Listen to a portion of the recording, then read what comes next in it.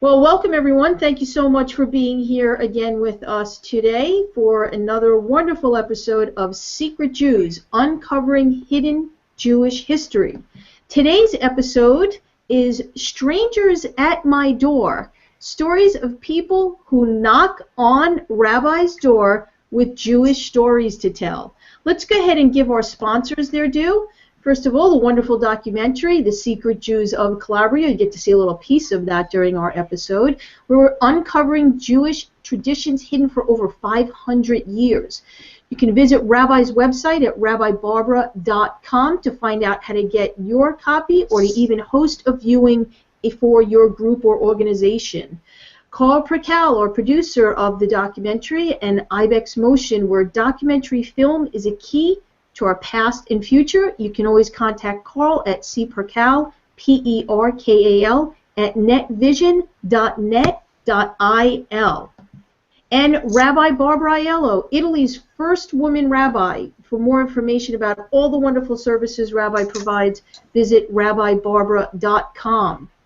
And the William David Company, proud producers of this series, The Secret Jews. For more information about all of our marketing solutions for you, visit williamdavidcompany.com.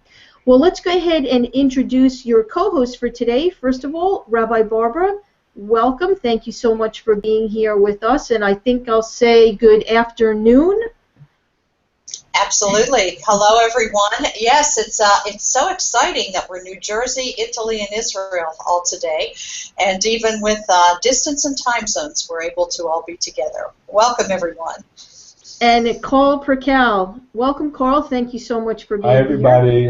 Hi, Dr. Randy. Hi, Rabbi Barbara. I don't have a title. I'm just old Carl. Good to be with you. No, I give you the title of producer. That's a title, that's true. No? That's true, but it doesn't, I like Rabbi Barbara, Dr. Randy. Okay, producer Carl.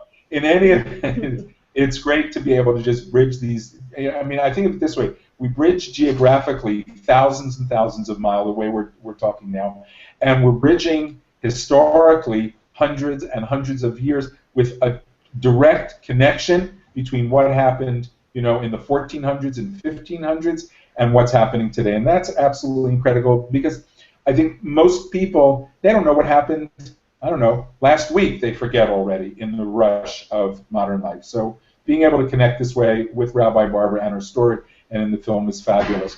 Rabbi Barbara mentioned we're looking for we're going to hear about these people who just kind of show up at Rabbi Barbara's doorstep in Sarasota because they know she's the Jew in town, she's the rabbi, and these are all good Catholics, and they're bringing her stories because everybody's got some interesting family story. And Rabbi mentioned that they would show up with a fruit, looks like a lemon, and it's called a citron. And it might be growing on a tree in their backyard, and they might make marmalade from it, but they say, oh, we know this is something Jewish. And I remembered in the film, we tell the story, the citron in Hebrew is called the etrog, and it's one of the species that we are involved with on the Passover, on the Sukkot holiday, Sukkot, where I won't get into what the holiday is, but there is a very prominent role for this fruit called the citron. And it has to be picked in a certain way, and it has to be guarded so that it's not deformed or broken. Well, we discovered in the film that Calabria is one of the most important areas in the world where these citron of, let's call them ritual purity, are grown, harvested, and then shipped around the world to Jews who preserve and observe this tradition of using the citron on Sukkot. So let's take a look at that clip, and then we'll hear about these people knocking on Rabbi's door. Ancient and ongoing link between Calabria and Orthodox Judaism, the citron. One of the three major Jewish holidays is Sukkot, the Feast of Booths. It lasts 8 days and commemorates the fragility of life for the Jews in the desert when they lived in simple huts during their journey to the Promised Land. The Torah instructs Jews to use 4 species of plants to celebrate the holiday. The lulav, a palm branch bound with myrtle and willow, and the etrog, the citron, handled separately. The citron represents the heart because of its shape, and also the ideal Jew who observes the religious commandments and performs good deeds, because it has a pleasing scent and a pleasant taste. Cioè io non posso essere santo solo per me stesso, devo aiutare il prossimo. Ecco che allora il cedro, l'odore del cedro, questo meraviglioso aroma che proviene da questo albero straordinario, mi dà l'idea che io devo sfruttare la mia spiritualità per aiutare il mio prossimo e che tutti di fronte a Dio siamo uguali, a prescindere dalla religione, dalla sessualità e dallo stato sociale.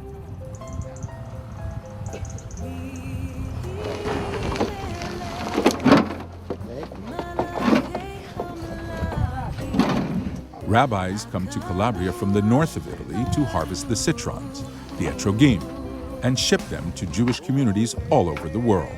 I cedri che stiamo selezionando per la maggior parte andranno alla comunità ebraica americana, ma non solo. La tradizione mistica vuole che il cedro italiano e calabrese sia quello più ricercato, più importante. Okay. All right, Rabbi, you want to tell us some more stories?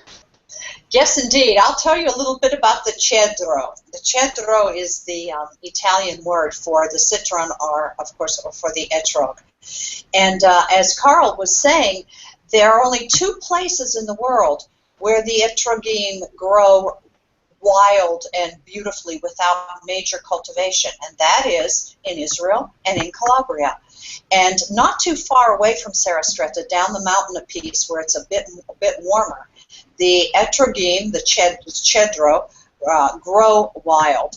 And on occasion, when we have a bar or bat mitzvah ceremony here in our synagogue, baby naming, a Jewish festival of some kind, or a Shabbat, people will show up at the door, and it's customary, of course, to bring something, to not come empty-handed. And one time, an elderly woman, as sweet as she could be, Maria Concetta, she brought a basket full of cedro, of etrogim, and she said, "These are for you. This is Jewish."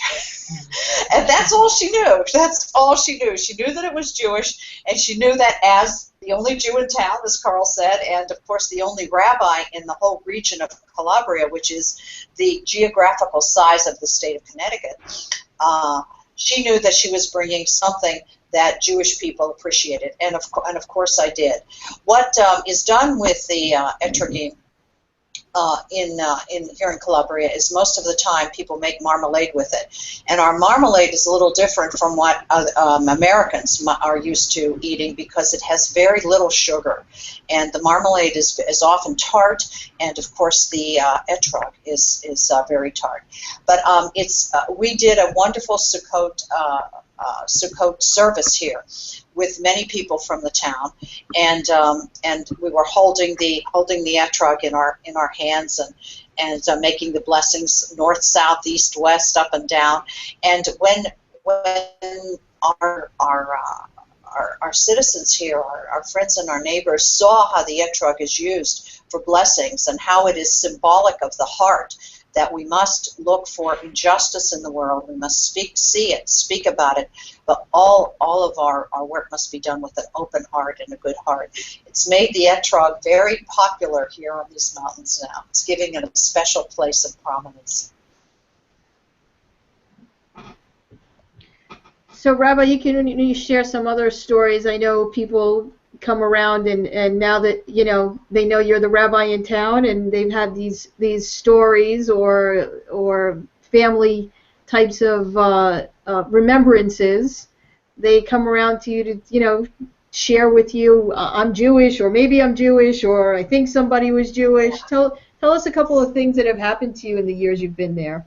Yes, indeed. And as the years go on, and as I've become better and better known, and as people trust me more and more with their stories, the number of stories that are brought literally to my door the number has just grown over the years. And I find these stories, they touch my heart, and I feel that I am that listening to these stories is giving a repository, sacred space to things that people have carried in their hearts, carried among themselves and their own families for years, often wondering what it meant and what it means to them should they find out they're Jewish. In one of our earlier episodes, we talked about deathbed confessions and about how it is not uncommon here for someone to be on the verge of passing away and gathering the family and saying, Don't put a crucifix in my hand. Do not put a prayer card. Do not wrap my hand in rosary beads. Do not call a priest.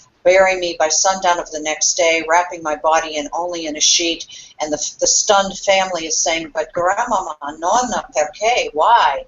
Because we were once Jewish, and without being able to say more on many occasions, the person passes away.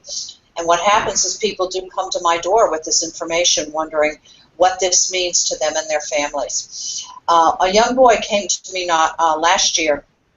It was not as a result of a deathbed confession, but it did have to do with his grandfather, and his grandfather getting on in years and wanting to be sure that something from the family was not given away and was preserved. I want to hold up for you right now the yod, the pointer that we use when we read from the Torah. And it's shaped, of course, like a little hand with a pointer finger, and often it's made of silver, as this one is, and it's a rather long one. And rather than using our fingertips to touch the words of the Torah, we use the pointer, mainly because the words in Hebrew are calligraphy. There are Torahs from 1783, and to touch it would be to eventually smudge the letters. Well, a young man came to my door one time, and he said, "I'd like to talk to you. My grandfather passed away. Actually, it was several years before, and he told me that if I ever knew of a rabbi or a Jew, I should come and talk to them and show you what my grandfather had in his desk drawer." And so I invited the young man in. He was 19 years old, and his name was, interestingly enough, Shabbatai. His name was named Sabbath, because he was born on a Saturday, on a Shabbat. His name was Shabbatai. And he took out of his pocket a hand-carved wooden, carved from the chestnut trees that grow here, in the chestnut wood with the beams in my ceiling here are all chestnut, and carved the long shaft of the yod, and also the hand with the pointed finger. He said, "My grandfather said that I should take it to someone Jewish if I ever meet a rabbi, because you'll know what it is." Fortunately, I live above the synagogue that we've organized, so I said, well, rather than explain it to you, I'm going to show you. So I took him to the synagogue. We took the Torah out of the Aron Kodesh, out of the Ark.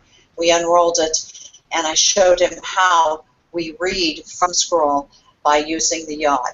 And I said, this was very precious to your grandfather because your grandfather wanted you to know that your family was once Jewish. And he said, this is why my grandfather never wanted me to lose this. He comes occasionally to our services. We don't see him often, but when he comes, he brings the yod. And if it happens to be a Shabbat, I use it. I use the yod rather than the one that I just showed you. I use the yod so that he can see how it is used and how sacred it is. This young man, Shabbatai, is very conflicted because he grew up in a very observant Catholic family. He's never felt an affinity for the church, and the men in his family have not. So that could be the Jewish line in the family. And he's not quite sure what to do or what he wants to do or how he wants to do it. So I say to him, we're open and welcoming to Jews of all backgrounds. And just like the yod is an extended hand, we extend a hand of welcome to everyone so that they can slowly discover and, if they choose, embrace their roots.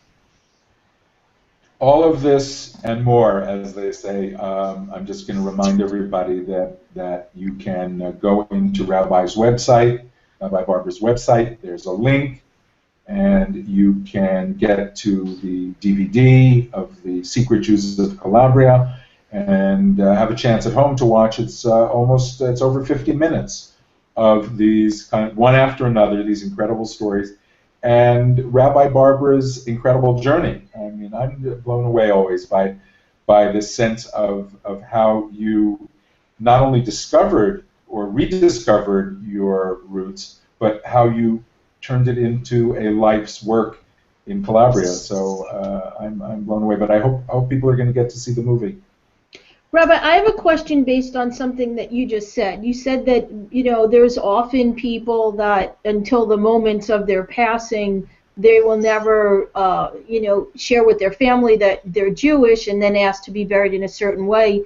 Because you're the only rabbi in the area, do you ever have people that call upon you in these last minutes to either be there or to perform a funeral, even though their entire lives, their families thought that they were Catholic? It's happened on 2 occasions, and on both occasions the family had a greater sense of their Jewish heritage than most other families did. They knew the word Ibre. They knew that they maintained a lot of the kosher eating traditions that have been lost over the years. So there was more Judaism, if you will, a stronger Jewish tie than many other families have here. And on both occasions, the women were near death, and the grandchildren, not the children, but the grandchildren, have come to me because they're very interested in their Judaism and want to know if I will say a special prayer in Hebrew at the funeral. And as long as the priest allows me to do so, I do. In one occasion, the woman was not even having the priest. She was just having a family member say something at the cemetery, which would be similar to a Jewish graveside service, and so it was a little more comfortable for me to do Kaddish there and to provide the Kaddish prayer in Italian, so people knew what I was saying, and people there's a sense of relief. I would have to say more often than not, a sense of relief that people say to me, like the grandchildren in this case, have said to me, we always knew. We always knew that we knew, and it's so good to know. It's so good to get this out. And one other thing I'd like to say to you too is that when we're talking here about this episode about the strangers at my door, sometimes I am the stranger at someone else's door because someone will come to me and say, I want to show you something Jewish in our home. And more often than not, at the entrance, in many Italian houses, there is a foyer entrance, and then there are double doors entrance into what is called the soggiorno, the large kitchen living room area. These double sets of doors keep out the cold, especially in these mountain communities. But when you go into the first set of doors, which is called the foyer or vestibule sometimes too, in the pavimento, into the pavement, is all through these mountain towns. You find the Magen David, the Star of David. They have sometimes been covered up with cement, sometimes covered up with wood, sometimes just covered up with a rug. And during the time during the Second World War, especially after Mussolini aligned with Hitler, many people covered these up. And what's happening now is people are uncovering them. They knew they were under there, and they're so proud to take me by the hand and show them the Star of David. We put a Star of David right at the entrance of our synagogue just for that reason, to remind people that throughout these towns there was a Magen David on these stone floors, and that if they remember, maybe they'll tell us, and that is exactly what has happened.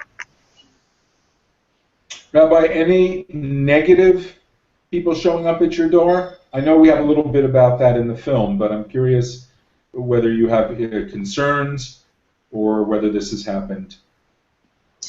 Well, I would have to be honest. I would have to say the negativity has come, sadly, from our people, and it has come from Orthodox Jews primarily, who say publicly, either on television, radio, or in print through interviews, that they are the only authentic Jews, and that woman rabbi isn't really Jewish, and that's been disheartening for me.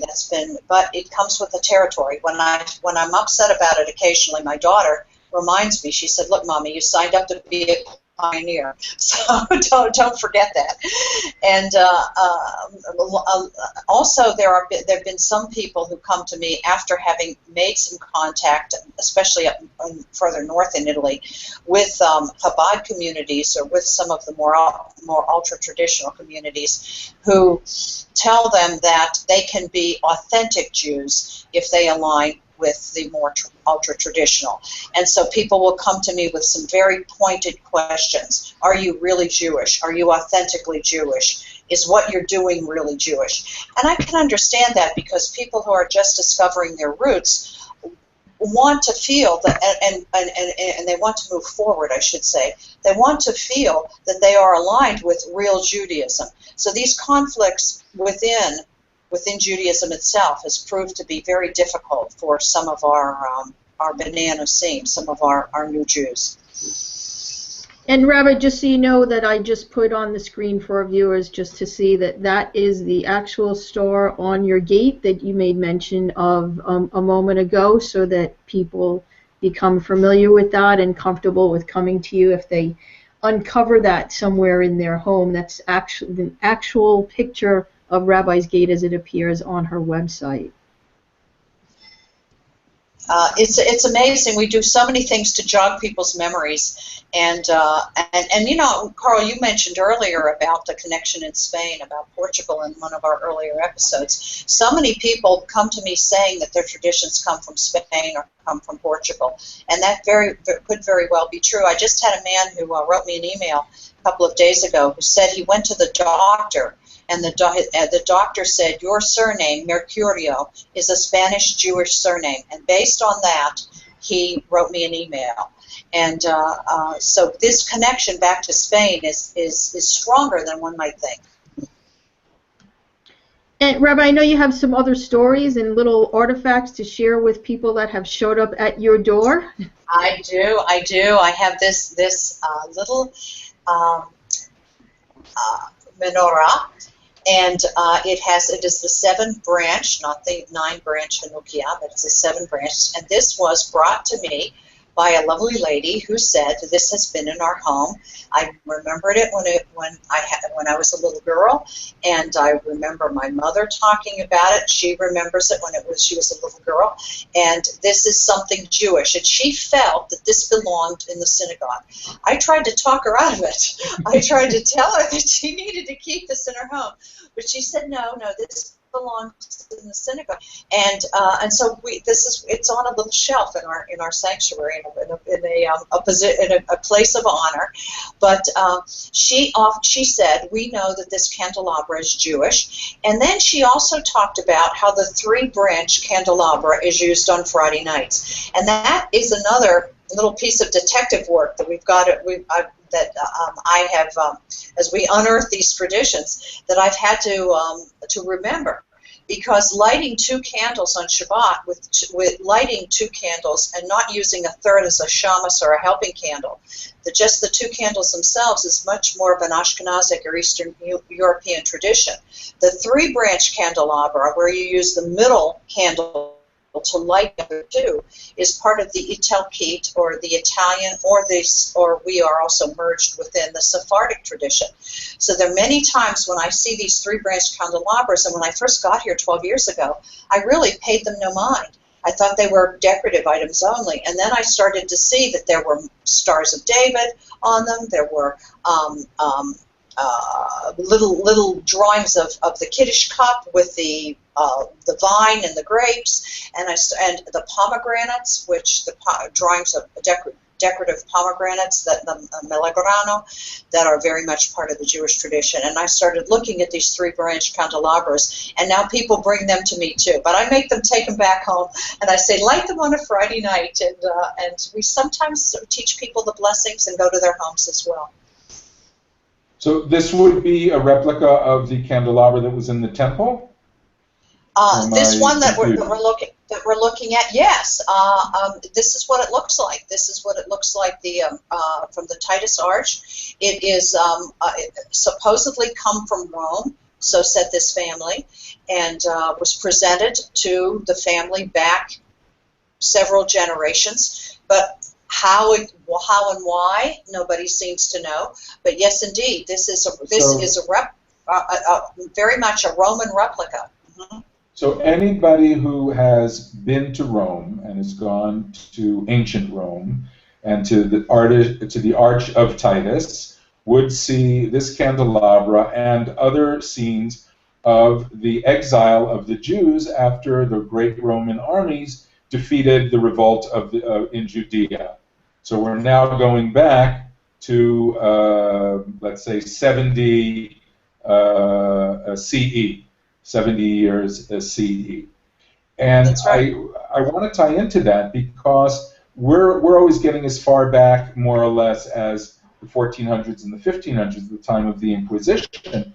But we should really remember from that indeed, with the destruction of the Second Temple by the Romans and with the collapse of the, let's call it the Jewish polity in Palestine, in Palestina at the time, Jews not only were exiled, but simply began to move and travel around the entire Roman Empire, meaning basically the entire basin of the Mediterranean. So That's by right. that time, meaning 100 CE, and after, probably even before, but certainly after, wherever you go in the Mediterranean basin, particularly, you're going to find Jewish communities who trace their roots back to Jerusalem or back to Palestine. That's right, and of course the first Jews that came to Italy even predate the Roman period, because they came at the time of the Maccabees looking for mercenary soldiers, and so that was several hundred years BCE. And now in Pompeii, to see the ruins there after the eruption of Vesuvius, there is now a specifically Jewish tour available, because they have found the area where the Jews lived, and also the fact that many of these Jews functioned as indentured servants, and had an area where they lived, had a synagogue, and various artifacts have been uncovered, which makes the tour for Jews and others particularly exciting. Well, I'll tell you, for me personally, because I also come from Sephardic background, this is particularly enriching, and I'll tell you why. Because there are various theories of who the modern Jews are. Where did they come from? And one way of disconnecting Jews from their actual history, and particularly Sephardic Jews, meaning directly back to Spanish Jewry and then back to Roman Jewry and back to Greek times, is to say, oh, the European Jews, particularly the Eastern European Jews, are actually coming from a kingdom in what would be Russia today, the Khazars, and really there's no geographic or spiritual or historic connection between all of these Jews in Europe and the land of Israel. And I think pretty much our traditions would make it quite clear that we have a direct line back to Eretz HaKodesh, to the Holy Land. Yes, indeed. Yes, indeed. One other thing about strangers at my door, I have to tell you that I don't have anything to show you, and for a good reason, but there are many, many other artifacts that come my way, and these are in the form of jewelry, Jewish jewelry, where beautiful cameos, where the etching is the Magen David, beautiful earrings with the pomegranates. And women wear these, they come and they show them to me, and they say, what's really interesting, we wear these on Friday night. And I say, why? Well, because we always did. And we just have we always did. And so that may be the only link to Judaism that some of our villagers have here. And villagers, I mean, not only in Sevastrata, but many of these little mountain towns. Lighting candles is long gone. That tradition may have passed. Yeah, eating kosher ritual killing of the meat, processing, salting meat, all of that may have gone. But for some people, it is putting on their Jewish jewelry on Friday night. Well, I think that is a great place for us to tie up this episode, because every woman loves good jewelry, and what's better than jewelry that was like passed down? You know, my favorite pieces that I have came from my grandmother, and who knows where some of those pieces came from. So this has been another great episode. Rabbi, any closing comments before we turn it over to Carl to share his thoughts? Well, I will mention that there is a special meal called the Mimuna that happens on the first day after Passover when families eat. They're leavening for the first time. They introduce bread back onto the family table. This is a Sephardic tradition, and at the Menuna meal, the oldest person in the family gives a piece of jewelry to a younger relative. So there you go, good jewelry. Gotta have good jewelry. All right, Carl, what's your closing thoughts for this week's episode? I think I mentioned this in another show, but this, anyone who's grown up, certainly in New York, as I did, in Queens, where high school was, 1/3 Jewish, 1/3 Italian, 25% African American, and 25% Irish, invariably, if the different ethnic groups, and we were all born in America, but we all had grandparents who spoke some other language. But invariably, if there was a connection with another ethnic group, and it was the Jewish kids and the Italian kids. And I remember always feeling when I went into an Italian home, it was like being in a Jewish home. There was a grandparent who spoke another language. Everybody was worried about if you had eaten enough. There was a tremendous emphasis on how are you doing in school?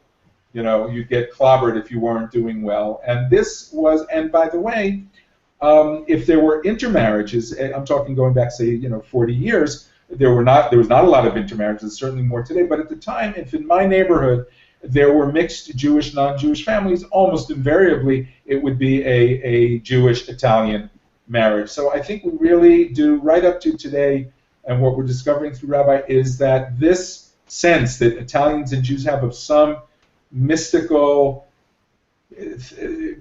connection that we couldn't place our hands. I think we're finding it here, and without a doubt that there is this kind of. It's also why Jews in Italy, you didn't have in Italy the kind of anti-Semitism you had in Central and Northern Europe. Jews were integrated, by and large, were accepted, were integrated into Italian society. I mentioned, and with this I'll close, that Laura Capone, who was Jewish, Sephardic, and married to Enrico Fermi, who was the great physicist, one of the great physicists of the 20th century, who was not Jewish, but they were married. They had to get married in a court because they couldn't have a religious marriage. And Laura Capone's father was one of the highest-ranking naval officers, an admiral in the Italian Navy in World War I.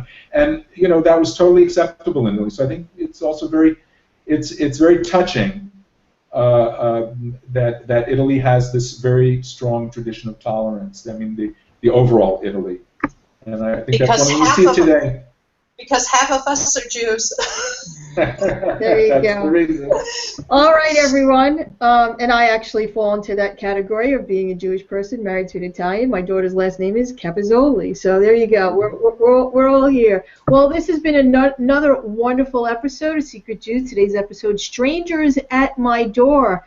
Rabbi shared some stories of people that actually hike up the mountain, and I can tell you, having been there just a little under a year ago, it is a bit of a hike. You have to really have a purpose to want to share these stories with Rabbi, so we commend those people that seek her out to connect with her. This has been another episode of Secret Jews, uncovering hidden Jewish traditions. Join us again for our next episode, and we look forward to sharing these stories.